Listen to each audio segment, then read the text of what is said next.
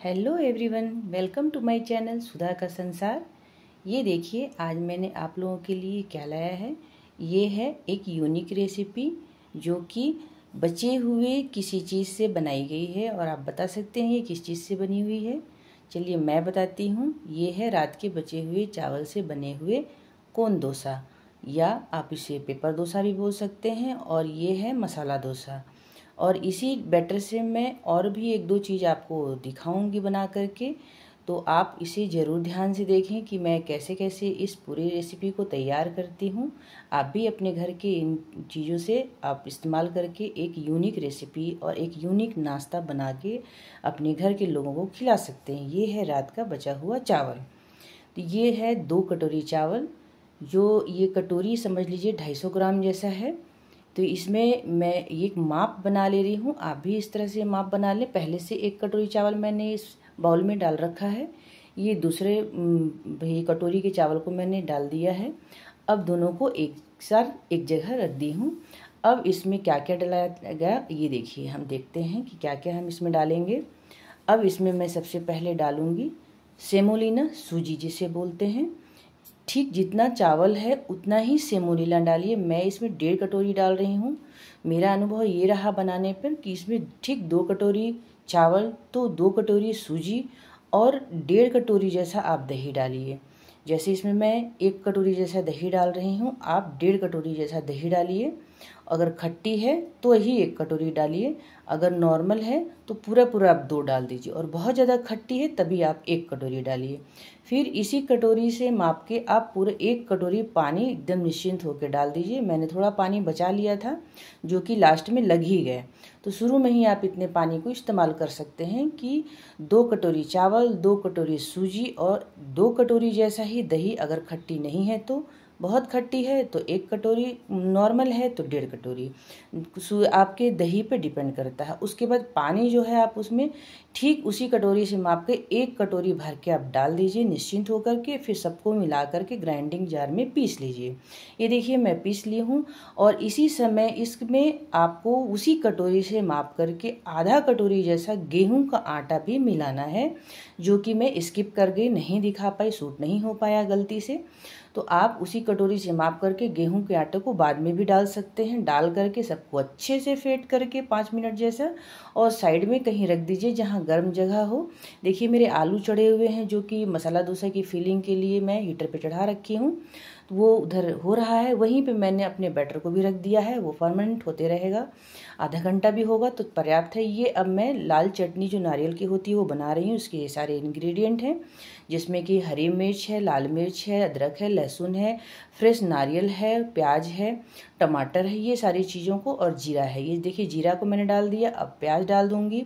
सभी को थोड़ा थोड़ा देर में ही डालते जाना है, बहुत ज़्यादा पकाना नहीं है, ना ही किसी को चीज़ को ट्रांसलूसेंट करना है, केवल रोस्ट करना है ताकि हल्का सा स्मोकी फ्लेवर इसमें आ सके जो चटनी बनाएंगे उसके फ़ौरन में।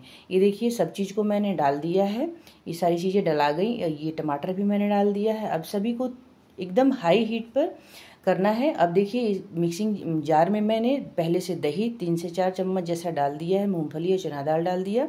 अब उसमें फ्रेश जो नारियल था मेरे पास उसे काट के मैंने डाल दिया है, नमक डाल दिया है।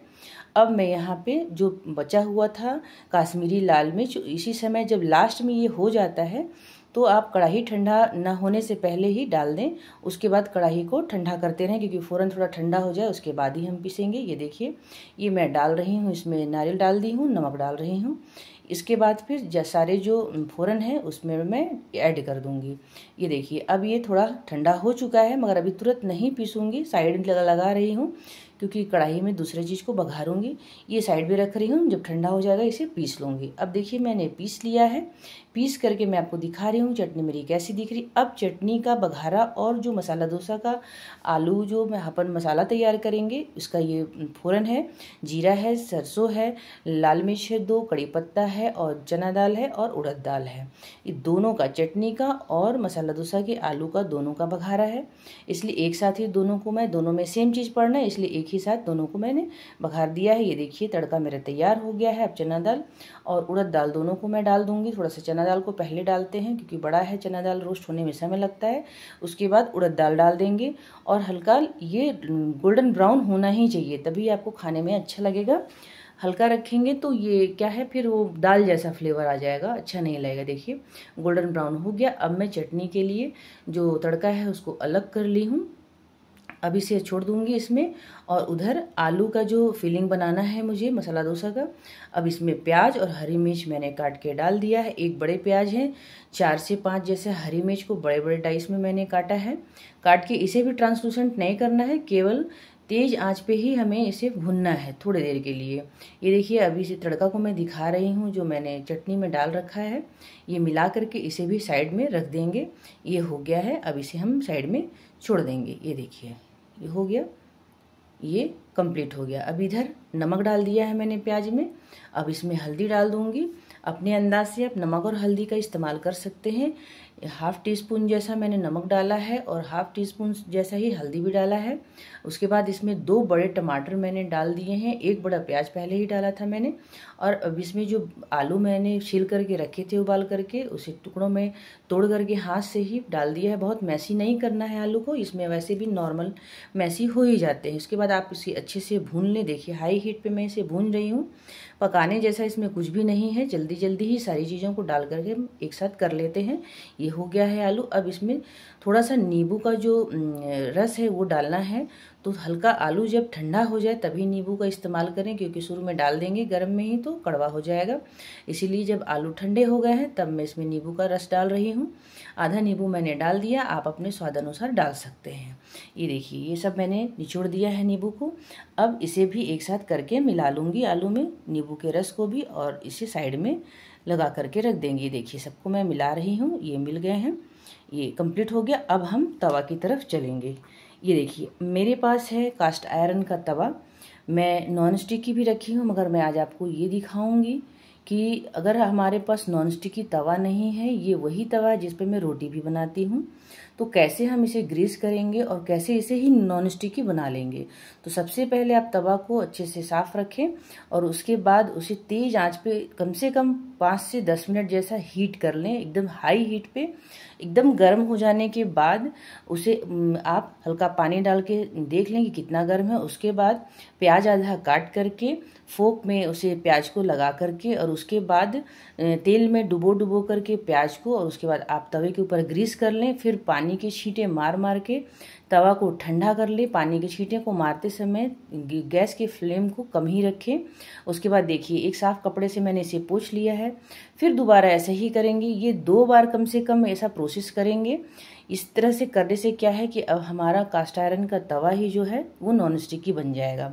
मेरा जो अनुभव है कि नॉन स्टिक की तवे से अच्छा हमारा जो डोसा है वो आयरन के तवे पर बनता है। बस उसे आप सही तरीके से ग्रीस करना सीख जाएंगे, आपको कभी भी नॉन स्टिक की तवा का ज़रूरत ही नहीं पड़ेगा। ये देखिए ये तवा हो गया है तैयार। अभी मैं सिम आंच पे उसे छोड़ दी हूँ, वो कंप्लीट हो चुका है। अब इधर हम अपने बैटर की तरफ आए। ये देखिए बैटर कितना अच्छा हो गया, एकदम क्रीमी टेक्सचर आया है। बस ऐसा ही चाहिए था। अब इसमें मैं नमक और जो भी चीज़ें इसमें पड़नी है उसे डालना शुरू करूँगी। ये देखिए 1/2 टीस्पून जैसा नमक है, 1 टीस्पून जैसा शक्कर है। शक्कर जरूर डालें डोसा के बैटर में, क्योंकि यही जो इंग्रेडिएंट है शक्कर, जिससे डोसा जो है उसका कलर नीचे से गोल्डन ब्राउन आता है, क्रिस्पी भी होता है, और खाने का जो टेस्ट होता है वो भी आपको हल्का सा मीठा और नमकीन दोनों लगेगा, और खटास भी आता है। अगर उड़द दाल का है तब भी, और अगर आप किसी भी चीज़ की दाल का या किसी भी चीज़ का अगर आप डोसा बनाते हैं तो उसमें शक्कर का इस्तेमाल ज़रूर करें। वो क्रिस्पीनेस लाने में आपको भी हेल्प करता है, कलर को भी गोल्डन करता है, देखने में भी अच्छा लगता है, खाने में भी अच्छा लगता है। ये मैं इतना बैटर अलग कर रही हूँ, इससे मैं कुछ और भी चीज़ें जो बनाऊंगी वो आपको दिखाऊंगी। अब ये बैटर का इस्तेमाल करूंगी डोसा बनाने में। ये देखिए डोसा को मैं तैयार करना अब शुरू कर रही हूँ। ये बैटर को मैंने डाल दिया है, अब इसे देखिए फैलाना शुरू कर रही हूँ। देखिए कितने अच्छे से फैल जा रहा है।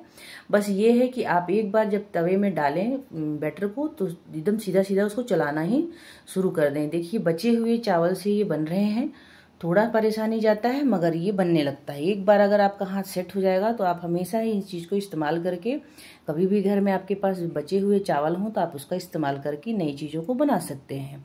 ये देखिए डोसा को मैंने डाल दिया, थोड़ा सा तेल भी डाल दिया और फ्लेम को एकदम ही लो में रखना है। ये हो गया है करीब 50 से 70% जैसा ये सिक गया है नीचे से। अब मैं पहले आपको मसाला डोसा बना करके दिखाऊंगी कि मैं इसका कैसे मसाला डोसा तैयार कर रही हूँ। ये हो गया, ये हो जाने के बाद ये भी सिका चुका है करीब करीब। अब इसमें मैं मसाला डालूंगी आलू का जो मेरे पास है। ये देखिए ये मैं मसाला डाल रही हूँ। इसमें थोड़े से मैंने रोस्ट की हुई मूंगफली को भी बाद में ऐड किया था, अगर आपके पास हो तो आप डाल सकते हैं। अब ये डोसा हो गया है तैयार। अब इसे हम फोल्ड करेंगे। ये देखिए ये हो गया। अब मैं इसे देखिए फोल्ड करना शुरू करूँगी। देखिए कितने अच्छे से ये कलर भी आ गया है, ऊपर देख रहे होंगे सॉफ्ट भी दिख रहा है और नीचे से अच्छा कुरकुरा भी हो गया है। ये हमारा मसाला डोसा तैयार हो गया। अब दूसरा बैटर को मैंने फैला लिया है तवे पर। अब इससे मैं बनाऊंगी कोन डोसा, या आप इसे पेपर डोसा भी बोल सकते हैं। थोड़ा और इसे पतला फैलाया है मैंने, जिससे और भी क्रिस्पी बना। और देखिए कलर वगैरह भी कितना अच्छा आया है। तो बस आप भी इसे इसी प्रकार से बनाएं। आपको देख के लग रहा होगा कि ये एकदम ही ओरिजिनल जो ट्रेडिशनल डोसा होता है ठीक वैसा ही दिख रहा है। कोई बता ही नहीं सकता कि ये डोसा बचे हुए चावल से बने हुए हैं। अब मैं इसे तोड़ करके और आपको खा करके भी दिखाऊंगी कि ये कैसा देखने में भी है तो वैसा ही खाने में है कि नहीं। अब स्वाद तो मैं आपको बता नहीं सकती, आप ट्राई करिए अपने घर में, आपको भी समझ में आ जाएगा। ये देखिए लग रहा है ना एकदम ओरिजिनल डोसा की तरह। अब हम आएंगे फिर से दूसरे जो मैं सामान बनाने वाली हूँ, जो दूसरा डिश, वो देखिए उसकी रेसिपी। ये देखिए मैं बना रही हूँ सेट डोसा।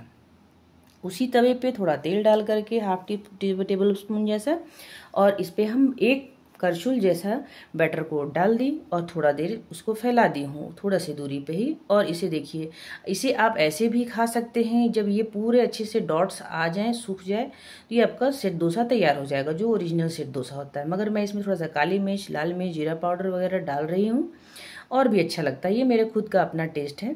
और इसे मैं थोड़ा सा दोनों तरफ से सेकूंगी। हालांकि सेट डोसा को दोनों तरफ से नहीं सेका जाता है, आप जैसा भी चाहें, खाने के ऊपर है आपको कैसा पसंद है। मैं दोनों तरफ से सेक के ही बनाती हूँ। ये देखिए ये दोनों तरफ से मैं सेकने के लिए डाल दी हूँ। थोड़ा इसमें हाफ टी स्पून जैसा तेल भी डालेंगे। दोनों तरफ से अच्छे से जब क्रिस्पी हो जाता है तो ये खाने में अच्छा लगता है, ऊपर से क्रिस्पी लगता है और अंदर से एकदम ही सॉफ्ट लगता है। ये देखिए ये कितने अच्छे से ये भी हो गया है। अब मैं इसे प्लेट में डाल रही हूँ। अब आपको दिखा भी रही हूँ कि ये दिखने में कैसा लग रहा है। ये देखिए चटनी है और चटनी के साथ बस ये आप ऐसे भी इसे इस तरह से चावल को आप केवल इसी को बना करके भी खा सकते हैं। ये देखिए कितना सॉफ्ट है, इतना सॉफ्ट, एकदम रुई की तरह था। खाने में से जैसे लग रहा था कि मुंह में एकदम घुल जा रहा है। बच्चे तो खा के एकदम खुश हो गए, बोले मम्मी आज तो हम एक ही चीज़ से कई प्रकार का नाश्ता कर लिए, आज तो मज़ा ही आ गया कि आप एक साथ कई चीज़ों को आज बना के हमें खिला रही हैं। तो ये देखिए सेट डोसा भी हमारा तैयार हो गया है। अब मैं आती हूँ अपने अप्पे की तरफ। ये है वही घोल जो मैं पहले से रखी थी, बस इसमें मैं प्याज और हरी मिर्च तत्काल डाल रही हूँ। अगर आपके पास और भी सब्जियाँ हों तो आप डाल सकते हैं। अब ये इसमें अब मैं प्याज और हरी मिर्च डाल दी हूँ। अब इसमें थोड़ा और नमक डालेंगे क्योंकि डोसा बनाने के हिसाब से नमक था, तो हाफ टी स्पून जैसा नमक लगा है। और ये हाफ टेबल स्पून जैसा मैं इसमें बेकिंग पाउडर डाल दी हूँ। इन सबको दोनों को तीनों को डाल करके, मतलब प्याज और हरी मिर्च और नमक और बेकिंग पाउडर डाल करके इसको अच्छा से फेंट लेंगे। फेंट के इसे साइड में थोड़ा सा रख देंगे। और अब हम चढ़ाएंगे अपने अप्पे के तवे को। उसमें तेल डाल दिया है मैंने, गर्म हो गया है तवा। और उसके बाद भी जो ये पैन है अप्पे का वो गर्म हो चुका है तेल डालने के बाद। अब इसमें मैं सारे बैटर को डाल दूंगी। ये देखिए इस सारे बैटर को मैंने डाल दिया है। अगर आपको ऐसा लगता है कि आपको बहुत ही अच्छा एकदम ओरिजिनल जैसा अप्पे दिखता है वैसा ही आपको बनाना है, ये थोड़ा सा सॉफ्ट हो गया था, तो आप सूजी की मात्रा को जस्ट जितना चावल हो उतना ही सूजी का मात्रा को बढ़ा लें, या सूजी की मात्रा को थोड़ा ज़्यादा ही कर लें, तो और भी अच्छे से चावल वाले जो अप्पे हैं वो बनेंगे। ये देखिए ये भी हो गया है, ये बहुत अच्छे से तैयार हो गया था। आप भी ऐसा बनाएं और अपने घर के लोगों को खिलाएं। आप लोग सब मुझे बताएं कि आपको मेरी वीडियो और ये रेसिपी कैसी लगी है। आप लोग ज़्यादा से ज़्यादा शेयर करें, कमेंट करें, लाइक करें, सब्सक्राइब करें। प्लीज़ मुझे मोटिवेट करें। नई नई रेसिपी और नई नई इन्वेंशन को मैं लेके आती हूँ, इसलिए आप लोग मुझे मोटिवेट करें। और अब मिलती हूँ अगले ब्लॉग में।